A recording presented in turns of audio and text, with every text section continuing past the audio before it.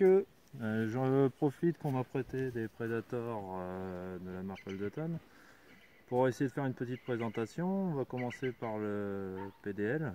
Je remercie aussi mon assistante personnelle qui va me suivre. Donc, il existe en 4 coloris, en kaki, en vert, blanc et rouge.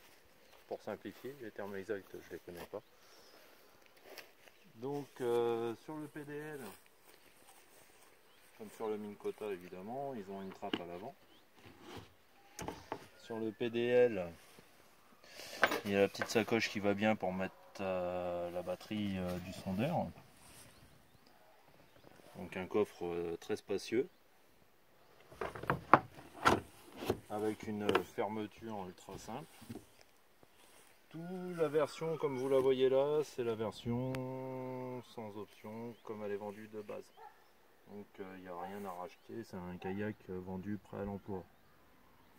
Donc après ici nous avons un puits où on mettra la sonde avec une forme exprès pour la recevoir à l'intérieur, à l'extérieur de la coque. Le pédalier qui est démultiplié quand on tourne. Un tour de pédale, c'est 10 tours d'hélice. On voit bien. Ce qui permet de faire une marche arrière, marche avant ultra. C'est très intuitif. Pour le pédalier, c'est celui-là, le mien, je l'utilise tout le temps. Il est ultra réactif, ne serait-ce que pour tourner, marche avant, marche arrière, c'est vraiment exceptionnel. Donc, quand on est embêté, on remonte.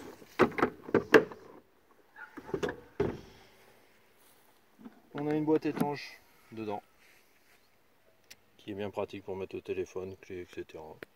J'ai jamais eu de souci de fuite, mon téléphone est toujours dedans. Nous avons 2 trappes de rangement sur les côtés. Pratique pour mettre les boîtes à l'air. Ces petites planchettes là peuvent être revendues par la suite en pièces détachées, ce qui permet de les percer sans percer la coque, c'est juste génial. Sur le siège, on a encore un espace pour mettre des boîtes à leurre sous le siège.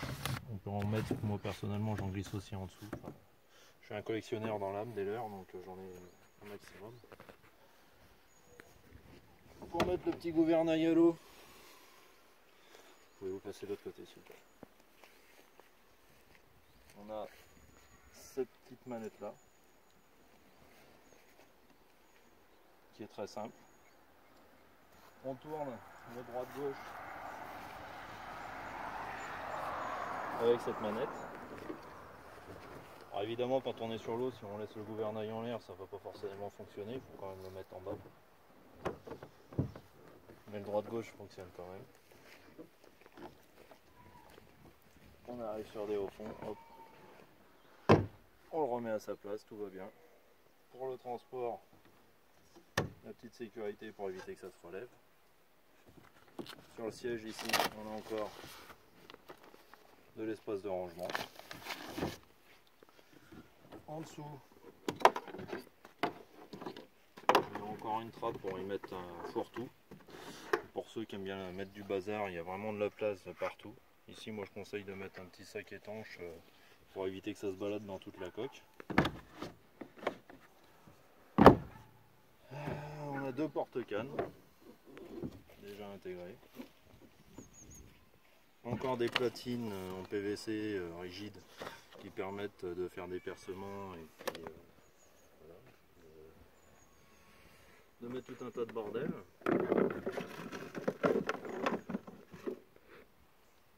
Il y a des trous, des bouchons qui sont vendus avec. Très bien étudié, moi j'ai jamais de la flotte dans mon kayak grâce à ça.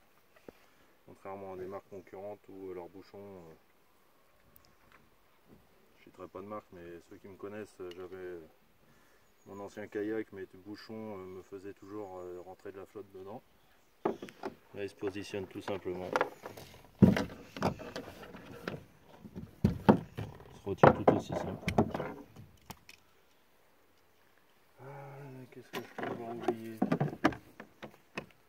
Sur le PDL,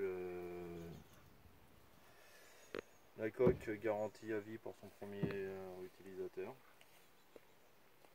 Le pédalier 2 ans sans entretien. La petite mallette pour le droite-gauche, moi je trouve... certains rajoutent quelque chose au-dessus pour qu'elle soit mieux prise en main. Moi personnellement, une fois qu'on est dans l'eau, elle se tourne le droite-gauche vraiment très simple.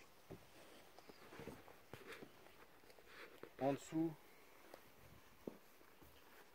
on va voir Mélanie. Pour mettre la sonde, on voit la coque a été formée ici, donc qui correspond au puits de sonde. Donc pour le PDL, bon, il y a les poignées de transport hein, évidemment. Là, à l'avant c'est la coque qui est moulée, donc c'est pas mal vraiment d'avoir une poignée rigide pour ceux qui pêchent en mer. Moi je suis qu'en eau douce donc je connais pas trop ce terrain.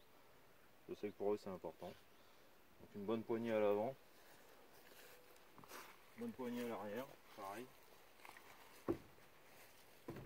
On peut vraiment le prendre, la coque est moulée vraiment pour les mains, ça permet vraiment un transport sécurisé. Je vais essayer de passer sur le mine quota. Donc le gouvernail dans le même esprit, hein, sauf que là par contre ça se trouvera au pied. Je ne vais pas monter dedans pour... Mais voilà. Donc en fait le droit-gauche se trouve ici. Hop.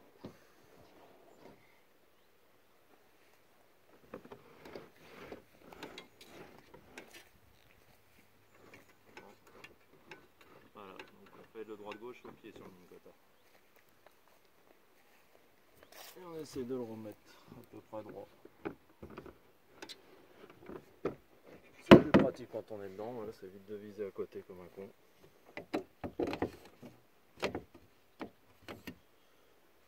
De même, une bonne poignée à l'arrière. On retrouve toujours les platines vendues en pièces détachées, ce qui permet, si un jour on décide de s'en séparer, mais une machine comme ça, normalement, on la garde un maximum de temps. Et si on veut ça séparer, on remet des platines toutes neuves et la personne repart. Ou si on change de matériel, qu'on change de marque, les trous sont plus les mêmes, on est des maniaques, on voit des belles platines, on rechange la platine. Donc là j'ai mis le siège en position haute. Réglage du siège, je repars 2 secondes sur le PDL. Ça se fait avec ces 2 petites goupilles là. On avance.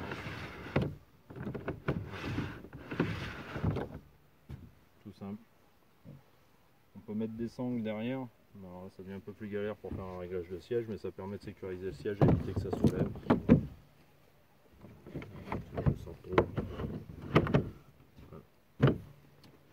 Donc sur le mine quota, je le mets en position haute, qui est très bien pour pêcher, position basse pour aller quand on navigue, mais même en position haute, c'est un kayak qui est très stable. Pour ceux qui me connaissent, moi la stabilité ça fait 2, j'arrive à me mettre debout dessus sans problème maintenant. Donc il y a toujours une formation à faire, enfin, une habitude, faire confiance à son kayak, c'est important et après on y arrive sans problème. Le coffre à l'avant, assez profond, même pour ceux qui veulent partir bivouaquer, il n'y a aucun problème pour le stockage. Les mêmes platines, moins de coffres pour les boîtes à l'air, on en a toujours sous le siège. Là par contre ils les ont rajouté sur le côté du siège.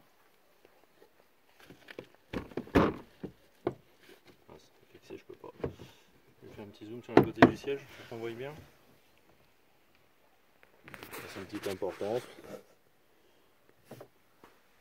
La console, donc ici on peut y fixer, comme on voit sur le rouge, un sondeur. Là c'est un hook, on peut mettre facilement même un 9, ça passe, un LX9 ou un de différents 9. On a accès à des ports USB qui se trouvent à l'intérieur. Il y a 2 ports USB, ce qui permet de le mettre sur la batterie, de charger son portable Ça a quand même un côté super pratique pour ceux qui partent plusieurs temps. On pierce directement, mais la sonde se met directement en dessous de ça. Le moteur marche avant, marche arrière se trouve ici. Avec la zone de test, on voit les diodes. Alors quand il y a le soleil, c'est pas très pratique, mais voilà, sinon quand on voit la batterie pleine, quand on appuie sur le test. Sécurité qui doivent être attachées à celui qui est sur le bateau. La sécurité qui est attachée sur le kayak. Parce que je dis bateau tellement c'est des engins, des beaux engins, mais ça reste des kayaks. La sécurité qui est attachée au kayak. Et quand on met en avant, on vérifie qu'il n'y a pas un chien en dessous. Et ça va.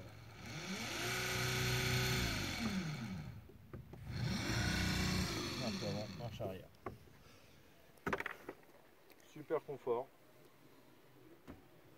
Beau siège. On retrouve la même pochette derrière.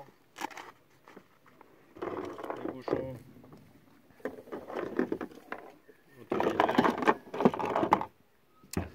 La même trappe de visite.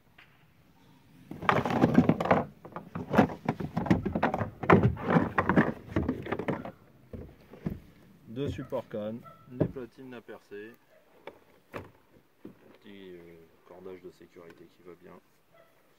Pareil, encore une belle poignée. Donc voilà, je pense avoir fait le tour. Si vous avez des questions, n'hésitez pas. Je tiens à remercier au passage Yann de la Société Atlantique Kayak pour le prêt de ses kayaks. Stéphane pour sa confiance de la team SPP. Et évidemment, à bientôt sur l'eau.